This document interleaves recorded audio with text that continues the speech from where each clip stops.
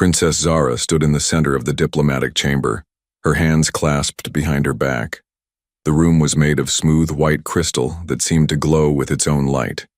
Everything on her ship was perfect and clean, just like her people liked it. She wore the traditional purple robes of her royal family, and her violet skin had the faint shimmer that showed she was of noble blood. The princess took a slow breath and cleared her mind. This was the most important day in the history of her people, the Veltar Empire. Today they would meet humans for the first time. She had studied the reports about these strange beings from a small blue planet called Earth. The humans were young and wild, nothing like her own people who had learned to control their emotions perfectly over thousands of years. Zara's people, the Veltar, had a dangerous gift. When they felt strong emotions, their minds could create powerful energy storms. These storms could break machines, hurt people, and even destroy whole spaceships. That was why every Veltar child learned from birth to keep their feelings locked, away deep inside their hearts. They had to stay calm and peaceful all the time or terrible things would happen. The princess had never lost control, not even once. She was famous throughout the empire for her perfect discipline. Her teachers said she was the most controlled Veltar who had ever lived. Even when her father, the king, had died in battle, she had not shed a single tear in public. She had stood at his funeral with a face as still as stone, while inside her heart was breaking. Now she was 25 years old and commanded her own battle fleet. She had never failed at anything important, but today felt different. Today she felt a strange nervousness that she could not explain. The doors to the chamber opened with a soft sound. Her advisor, Commander Kex, stepped inside. His green skin was darker than hers, showing he was from the working class, but he was one of the smartest beings she knew. "Princess, the human ship has arrived," Kex said in their musical language. "They are asking permission to come aboard." Zara nodded. "How? Many of them?" "Only 3. Their leader, someone they call an ambassador, and 2 guards. The ambassador is an older female. One guard is a young male, also young. The other guard is a male soldier." "A soldier?" Zara asked. She found this interesting. Most species sent only diplomats to first meetings. Why would the humans bring a warrior? "Yes, Princess. Our scans show he has been in many battles. His body has several old wounds that have healed. The humans seem to trust him greatly." Zara thought about this. Her people had soldiers too, but they kept them far away from important diplomatic meetings. Soldiers were useful for fighting, but they were not good at the careful, polite conversations that diplomacy required. Soldiers felt too much anger and excitement. They were dangerous to have around. "Very well," she said. "Bring them to the main chamber. Make sure our guards are ready, but keep them hidden. We do not want the humans to think we do not trust them." "Commander." Kex bowed and left. Zara was alone again in the crystal room. She walked to the large window that looked out into space. She could see the human ship floating nearby. It was ugly compared to her beautiful vessel. Where her ship was smooth and curved like a work of art, the human ship was square and rough. It looked like it was built for war, not beauty. But there was something about it that made her feel, what was the word? Interested? That was strange. She had seen thousands of ships in her life, and none of them had ever made her feel anything, at all. She shook her head and pushed the feeling away. She could not afford to feel anything today. Too much depended on these talks going well. If the humans became enemies of the Veltar Empire, there would be war. And war meant death and suffering for millions of people on both sides. The doors opened again. This time 3 humans walked in. The first was a woman with gray hair and kind eyes. She wore a dark blue uniform with shiny metal badges on it. She moved slowly and carefully like someone who was used to being around important people. This had to be the ambassador. The second human was a young man, also in uniform. He was tall and thin, with nervous eyes that looked around the room like he was expecting trouble. His hand stayed close to the weapon on his belt, but it was the third human who made Zara's breath catch in her throat. He was not as tall as the other male, but he was built like a fighter. His shoulders were broad and his arms looked strong. His uniform was different from the others. Where theirs were clean and new, his showed signs of use and wear. There were faded spots where badges had been removed and small repairs in the fabric. His hair was brown and cut very short. His face was hard with small scars that spoke of violence survived. But his eyes were what struck her most. They were blue like a deep ocean, and they held a sadness that seemed very old. These were the eyes of someone who had seen terrible things and had learned to carry the weight of them. When he looked at her, Zara felt something she had never experienced before. It was like a warm current running through her body, starting in her chest and spreading outward.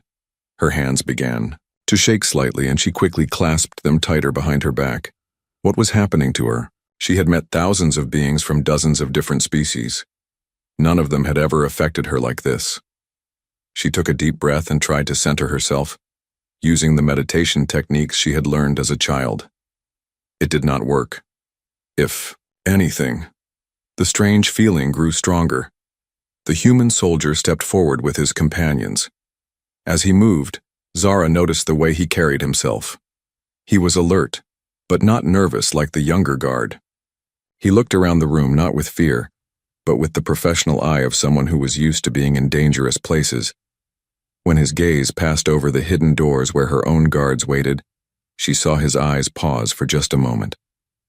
He knew they were there. This should have worried her. Instead, she found herself impressed. The human was clearly very good at what he did. The ambassador began to speak, using a translation device that turned her words into the Veltar language. Your Highness, I am Ambassador Linda Carter of the United Earth Government. Thank you for agreeing to meet with us. Zara tried to focus on the woman's words, but her eyes kept drifting to the soldier. He stood perfectly still, his hands at his sides, watching everything. He was doing his job, protecting his people just like her guards were protecting her. But there was something else in his manner. Unlike her own guards, who were trained to show no emotion at all, this human seemed alive. There was a warmth in his presence that she could feel even from across the room. It was not threatening, but it was powerful in a way she did not understand. I am Princess Zara, she managed to say, her voice sounding strange to her own ears. Welcome to my ship. I hope we can find common ground between our peoples. As she spoke, she saw the soldier's eyes meet hers directly. For a moment, the world seemed to stop. In his gaze, she saw recognition of something. Not romantic attraction, but something deeper. It was as if he saw past her royal title and her perfect control to the person underneath. And in that moment, Princess Zara realized she was in terrible danger. Not from weapons or war, but from something far more frightening. She was starting to feel. The meeting had been going on for 2 hours, and Princess Zara was losing the battle against herself. Every time the human soldier moved, even just to shift his weight from one foot to the other, she felt that strange, warm current flow through her body again. It was getting stronger, and it was getting harder to hide. Ambassador Carter was talking about trade agreements and peaceful cooperation between their species. The words seemed to float around Zara's head without meaning. All she could focus on was the soldier standing quietly behind the ambassador. He had not spoken once during the entire meeting, but his presence filled the room like a fire fills a cold house. The princess tried to use her breathing exercises. In through the nose, hold for 4 counts, out through the mouth. This had always worked before, but now each breath seemed to make the feeling stronger instead of weaker. She could feel her skin beginning to warm, and she knew that soon the faint glow that came with emotional distress would begin to show. Commander Keck stood beside her, and she could sense his worry. He knew her better than anyone, and he could tell something was wrong. His own emotional control was perfect, as always, but she could feel his concern like a cold breeze against her mind. The young human guard was nervous. She could sense his fear and excitement mixing together. He kept looking around the room, his hand never moving far from his weapon. His emotions were loud and chaotic, like a storm, but they did not affect her the way the soldiers did. The soldiers' emotions were different. They were not loud or chaotic. They were deep and steady, like the sound of ocean waves against a shore. There was sadness in him, yes, but also strength. There was loneliness, but also fierce loyalty to his people. There was pain from old wounds, but also a determination to keep fighting despite that pain. It was beautiful, and it was destroying her. Princess Zara realized she had stopped listening to the ambassador completely. She forced herself to focus on the woman's words. "We understand that your people value peace and stability," Ambassador Carter was saying. "Earth has had many wars, and we have learned that cooperation is better than conflict. We hope to learn from your wisdom. Learn from their wisdom." If only the ambassador knew that right now the wisest of the Veltar was struggling not to fall apart in front of her guests. Zara tried to speak, but her voice came out rougher than usual. She cleared her throat and tried again. "Yes, peace is very important to my people. We have worked for many centuries to achieve harmony." The soldier's eyes moved to her face when she spoke. There was something in his expression, a slight frown of concern. Could he tell that something was wrong with her? Humans were supposed to be good at reading emotions in others. Her people had hidden their feelings for so long that they had almost forgotten how to see them. The temperature in the room was starting to rise. Zara could feel it, and she knew others would notice soon. When Veltar lost control of their emotions, the first sign was always heat. Then came the light. Then came the energy storms that could tear apart metal and stone. She had to get out of this room. "Perhaps," she said, standing up quickly, "we should take a short break.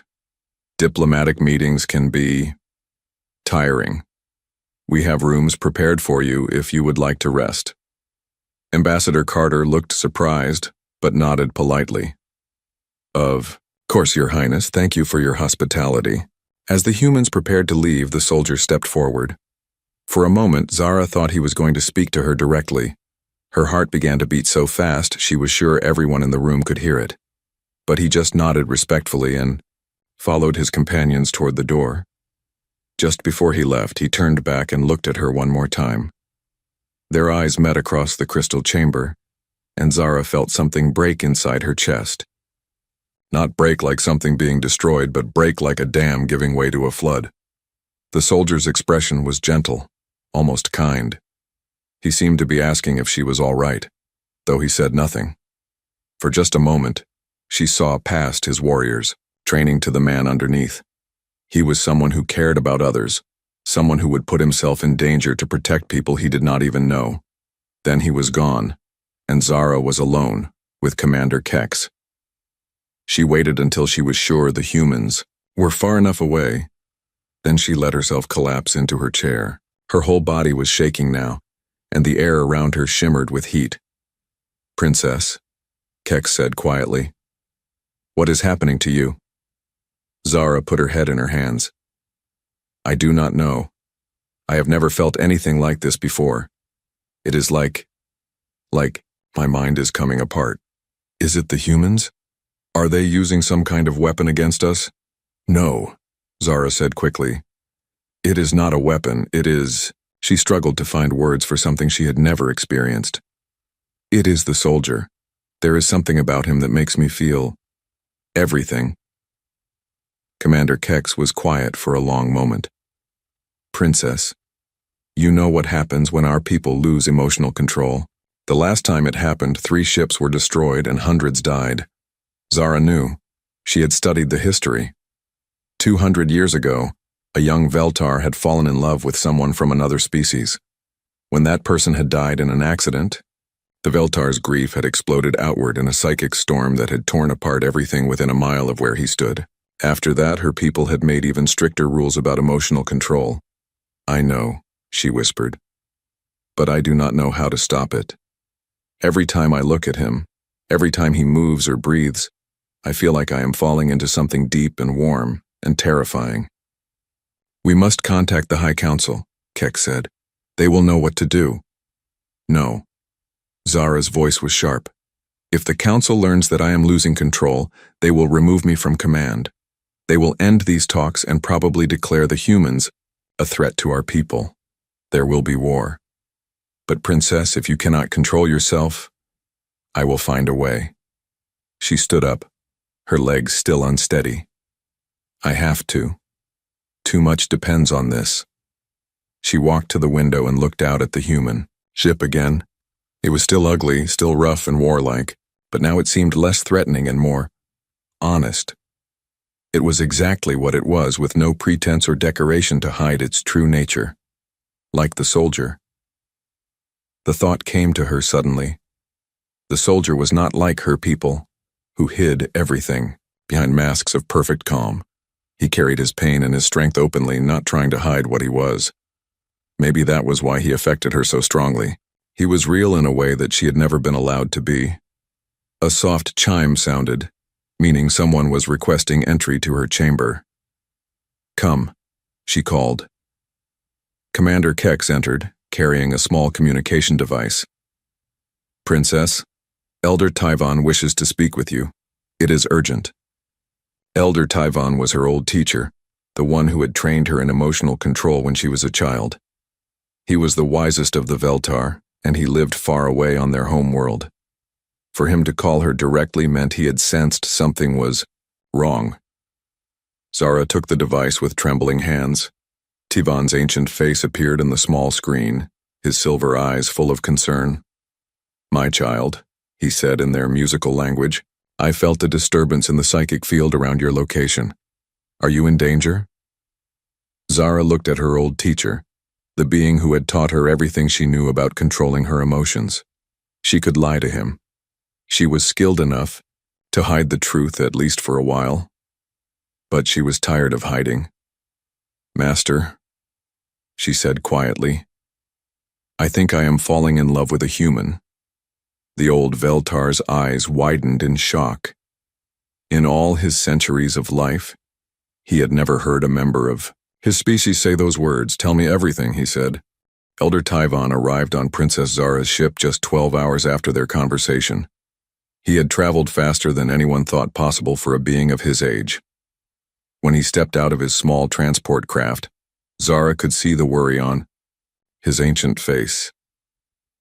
She met him in her private chambers, away from the crew and away from the humans who were staying in the guest quarters. Tyvon looked older than she remembered. His silver hair was thinner and his pale skin had more lines around his eyes. But his mind was still sharp as a blade. "Show me," he said without greeting or ceremony. Zara knew what he meant. She closed her eyes and let her mental barriers down just a little. Immediately, the warm, chaotic feeling flooded through her. The air in the room began to shimmer with heat, and the crystal walls started to glow faintly. Tyvon stepped back, his eyes wide. In all his 800 years of life, he had never felt anything like what was coming from his former student. It was not just loss of control. It was something entirely new. "By the ancient stars," he whispered. "Child, what have the humans done to you?" "Nothing," Zara said, pulling her barriers back up with great effort. The room slowly returned to normal. "They have done nothing at all. It is just him, the soldier. When he is near, I cannot think clearly. When he looks at me, I feel like I am melting from the inside out." Tyvon sat down heavily in one of her chairs. "This should not be possible. Our people have perfect emotional control. It is what makes us who we are." "I know. But Master, what if our control is not as perfect as we thought? What if we have just been hiding from something that was always there?" The old teacher shook his head. "No, child. We learned control because we had to.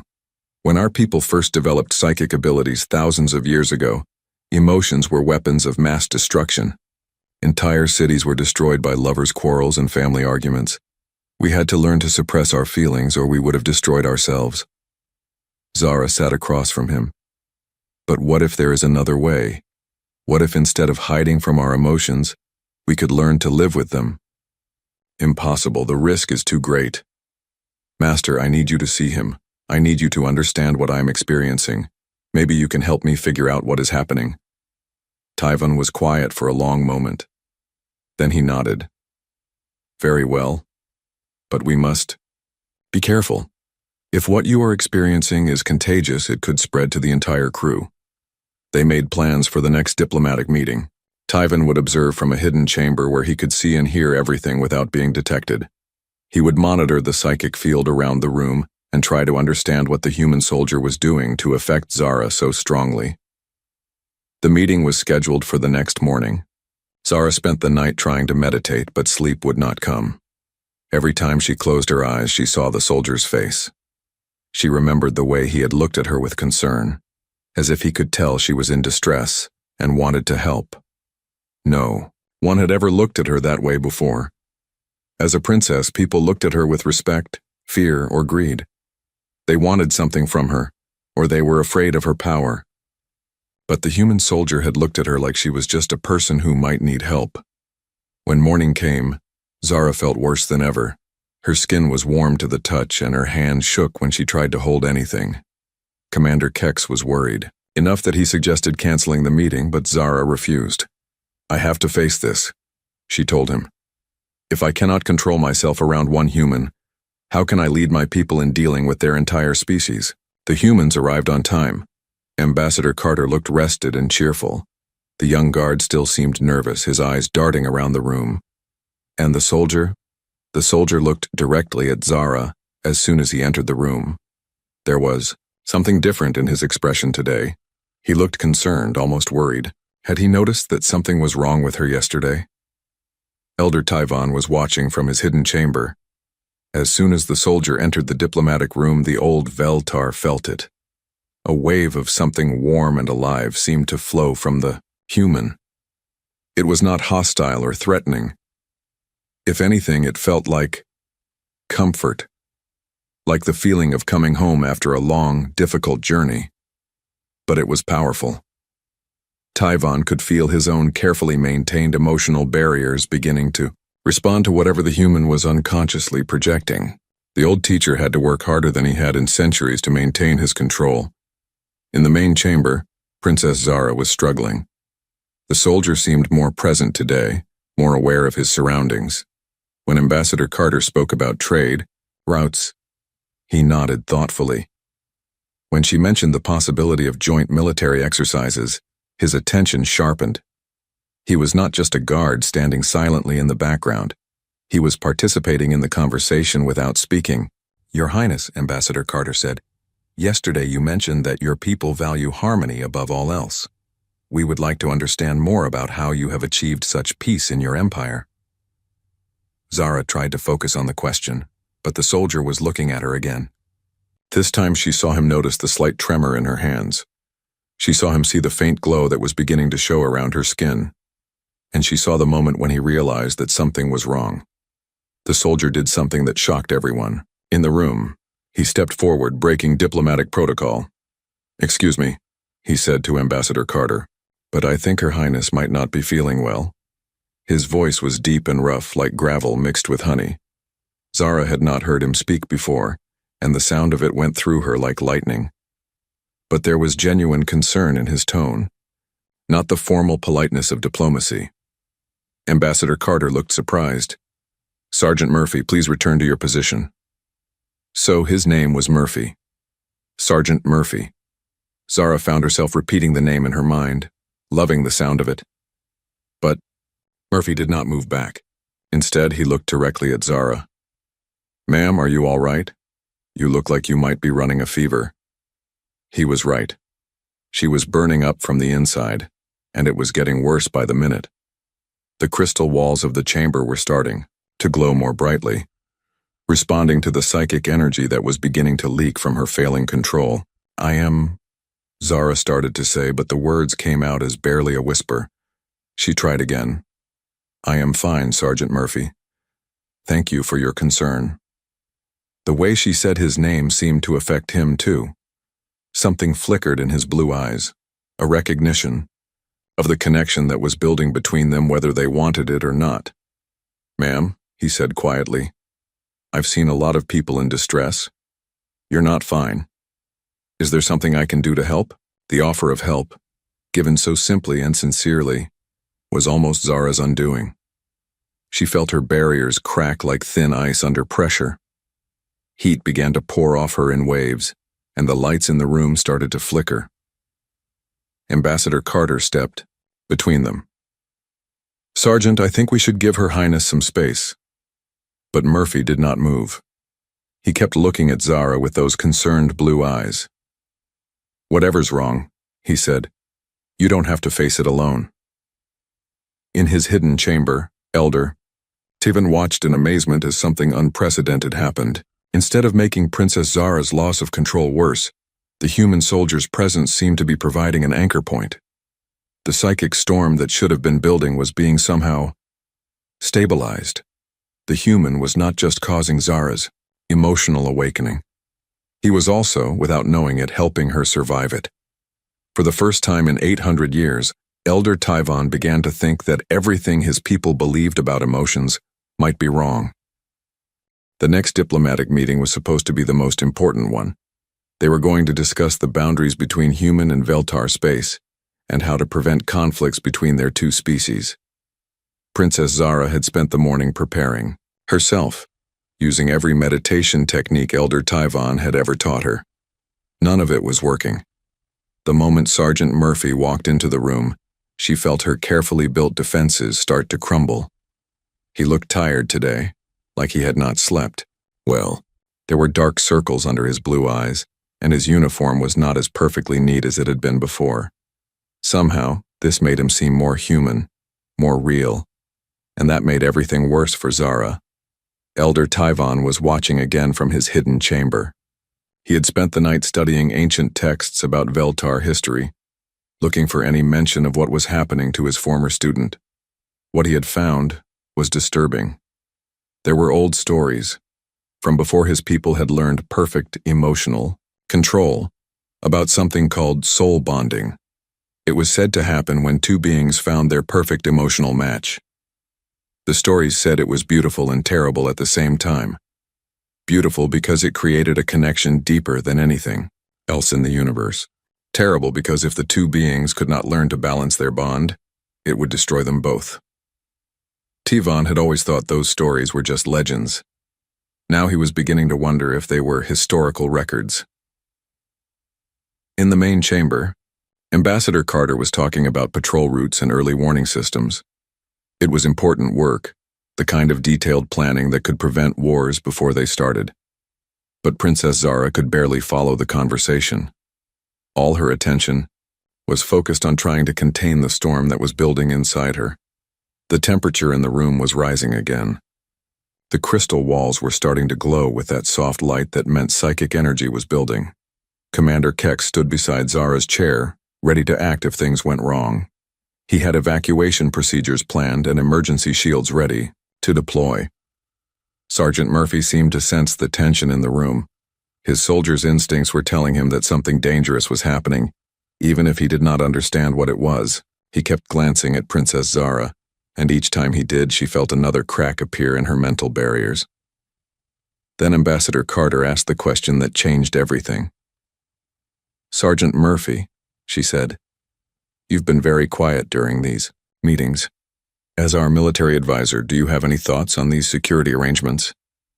Murphy straightened up and looked directly at Ambassador Carter, but when he spoke, his words were not about military tactics or security zones. Instead, he began to tell a story. "Ma'am, if I may," he said, "I'd like to tell you about something that happened back on Earth. It might help explain why we humans take protection so seriously." Ambassador Carter nodded, though she looked confused by the change of subject. Murphy's voice became softer, more personal. "I grew up in a small town called Cedar Falls, population about 3,000 people. Nothing special about it, just a quiet place where folks knew each other and looked out for their neighbors." As he spoke, Zara found herself drawn into his words. She could almost see the place he was describing, a peaceful community surrounded by green fields and rolling hills. "When I was 22, Murphy continued, we got word that hostile aliens were headed our way. Not you folks, different ones that didn't want to talk or make treaties, they just wanted to take what we had." His voice grew harder, but there was no anger in it. Just a deep sadness that seemed to reach across the room and touch Zara's heart. "The government told us. They were sending help, but we all knew it wouldn't get there in time. So we had a choice. We could run, leave our homes and everything we'd built, or we could stay and fight for what mattered to us." Murphy paused, looking down at his hands. Most of us chose to stay. Farmers, shopkeepers, teachers, kids barely old enough to hold a rifle. We weren't soldiers, but we were defending our home. Zara felt tears starting to form in her eyes. She had never cried before, not even when her father died. But something about Murphy's story was breaking down walls inside her that had been built over a lifetime. The battle lasted 3 days, Murphy said. We lost a lot of good people. My neighbor Pete, who used to fix my motorcycle when it broke down. Mrs. Henderson, who taught at the elementary school for 40 years. My little sister Jenny, who was studying to be a doctor. The pain in his voice was so real, so raw, that Zara felt it like a physical blow. She gripped the arms of her chair, trying to hold herself together. When it was over, Murphy continued, half the town was gone, but we'd saved the other half, and we'd learned something important. When you're fighting for something you love, when you're protecting people who matter to you, you find strength you didn't know you had. He looked up then, his blue eyes meeting Zara's across the room. That's why we take security so seriously, ma'am. Not because we want to fight, but because we know what it costs when you can't protect the things that matter. The sincerity in his voice, the pain he was sharing, the love he had for his lost family and friends hit Zara like a wave. She felt something inside her chest explode outward, all the emotions she had been holding back for 25 years suddenly breaking free at once. The crystal chamber filled with blinding light. Energy crackled along the walls like lightning, and the temperature spiked so high that the air itself began to shimmer. The psychic storm that Princess Zara had been fighting finally broke free, and it was more powerful than anything her people had seen in 2 centuries. Ambassador Carter and the young guard were thrown backward by the force of it. Commander Kex activated the emergency shields, but the energy was too strong. It began to overload the ship's systems, causing lights to explode and metal to twist. In his hidden chamber, Elder Tyvon felt the storm hit him like a physical blow. He had experienced uncontrolled psychic events before, but nothing like this. This was not just emotional release. This was the birth of something entirely new. But instead of running away like everyone else, Sergeant Murphy did something that defied all logic and common sense. He ran toward the center of the storm.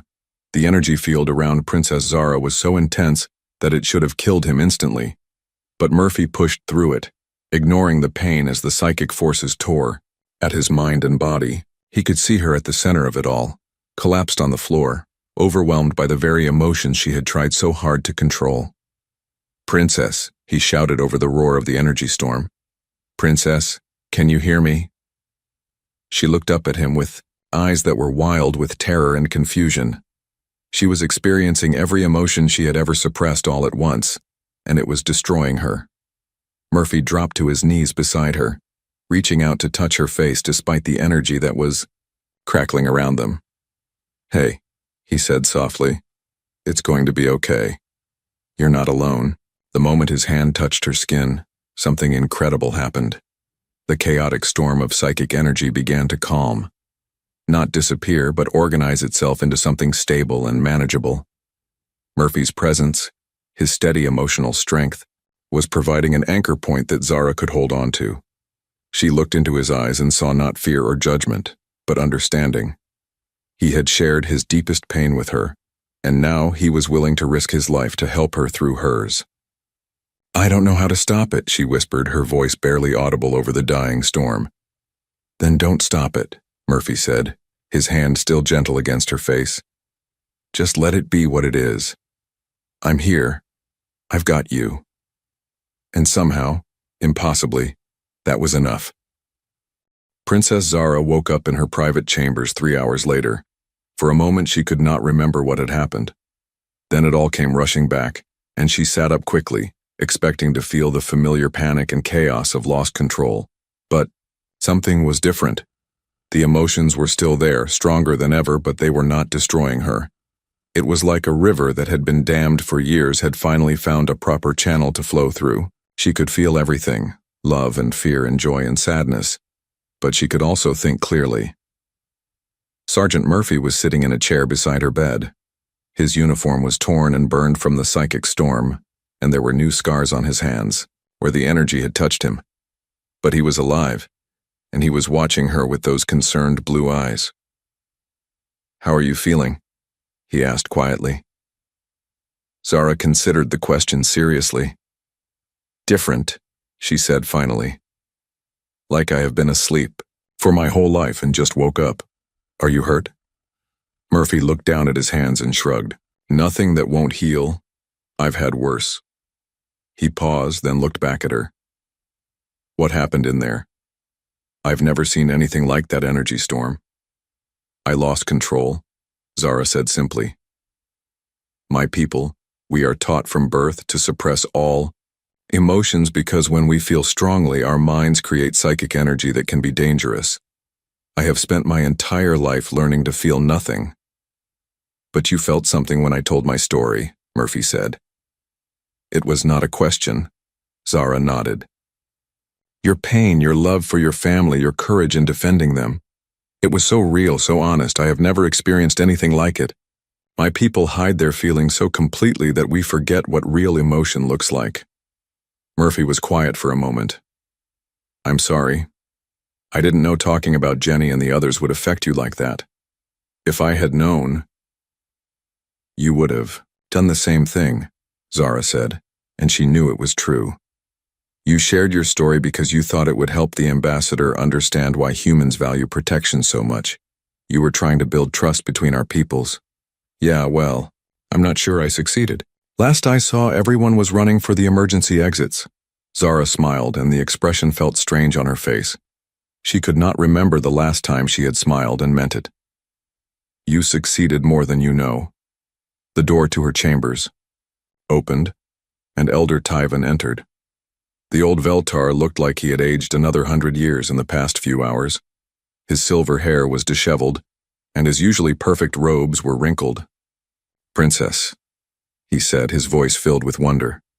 "You are alive, and you are stable." "Master," Zara said, starting to rise from the bed. Tyvan waved her back down. "No, child. Rest. What you have been through would have killed most of our people. The fact that you survived it and that you are still sane is a miracle." Tyvan's ancient eyes moved to Murphy, who had stood up when the elder entered. "And you, human, you entered a psychic storm that should have torn your mind apart. Why?" Murphy looked uncomfortable with the attention. "She needed help. That's what you do when someone needs help. You help them. Even at the risk of your own life? Especially then." Tyvan studied the human for a long moment. "Remarkable. Your people truly are as different from us as our reports suggested." "Master," Zara said, "what happened to me? Why did Sergeant Murphy's presence stabilize the storm instead of making it worse?" Tyvan sat down heavily in another chair. "I have been researching our oldest records, stories from before we learned to control our emotions. There are legends about something called soul bonding, where two beings become emotionally connected in a way that allows them to share and balance each other's psychic energy." "Soul bonding?" Murphy asked. "Is that what this is?" "I believe so," Tyvan said. "Your emotional patterns complement Princess Zara's in a way that creates stability instead of chaos. Where she has been taught to suppress all feeling, you experience emotions fully but remain rational. Your presence gives her permission to feel without losing herself to those feelings." Zara looked at Murphy, trying to understand what the elder was saying. "You mean that when I am near him, I can have emotions, without creating psychic storms?" "More than that," Tyvan said. "I believe that together you represent a new way for our people to exist. Instead of hiding from our emotions, we might learn to live with them as the humans do." Over the next several days, Princess Zara and Sergeant Murphy worked together to understand what was happening between them. They found that when they were near each other, Zara could experience the full range of emotions without losing control. She could feel sadness without creating destructive energy. She could feel joy without overloading the ship's systems. She could even feel anger without hurting anyone. Murphy, for his part, found that being around Zara helped him process his own emotions more deeply. The grief he carried for his lost family and friends did not disappear, but it became something he could live with instead of something that haunted him. Ambassador Carter was fascinated by what she saw. The diplomatic talks continued, but now, they had a new dimension. Princess Zara was no longer the perfect, emotionless diplomat she had been before. She laughed at Murphy's jokes. She cried when he told her more stories about his sister Jenny. She got excited when they discussed plans for cultural exchange between their peoples, and through it all, she remained completely in control. Elder Tyvon spent long hours observing them, taking notes and communicating with the High Council on the Veltar homeworld. The implications of what they were discovering could change their entire civilization. For thousands of years, he told Zara one evening, we have believed that emotions were the enemy of order and peace. We built our entire society around the idea that feelings must be suppressed or they would destroy us. And now? Zara asked. Now I think we were only half right. Uncontrolled emotions are indeed dangerous. But perhaps the answer is not to eliminate them entirely. Perhaps the answer is to learn to experience them in balance the way humans do. 2 weeks after the first diplomatic meeting, Princess Zara and Sergeant Murphy stood together on the observation deck of her ship, looking out at the stars. The negotiations had been successful. Their two species would be allies, not enemies. Trade agreements had been signed, and plans were being made for joint exploration missions. But more important than any treaty was what they had discovered about themselves. I have to go back to my homeworld, Zara said. The High Council wants to study what has happened to me. They want to understand if other Veltar can learn to live with emotions the way I have. Murphy nodded. He had known this moment would come, and I have to go back to Earth. My unit has orders for a new assignment. They stood in comfortable silence for a while, watching the stars. Finally, Zara spoke again. This is not goodbye, she said. What we have discovered is too important to abandon. Our peoples need to learn from each other. I will convince the Council to assign me as a permanent ambassador to humanity. And I'll request a transfer to the diplomatic corps, Murphy said. Turns out I'm pretty good at building bridges between species. Zara smiled, the expression coming easily to her now. Together? Together, Murphy agreed.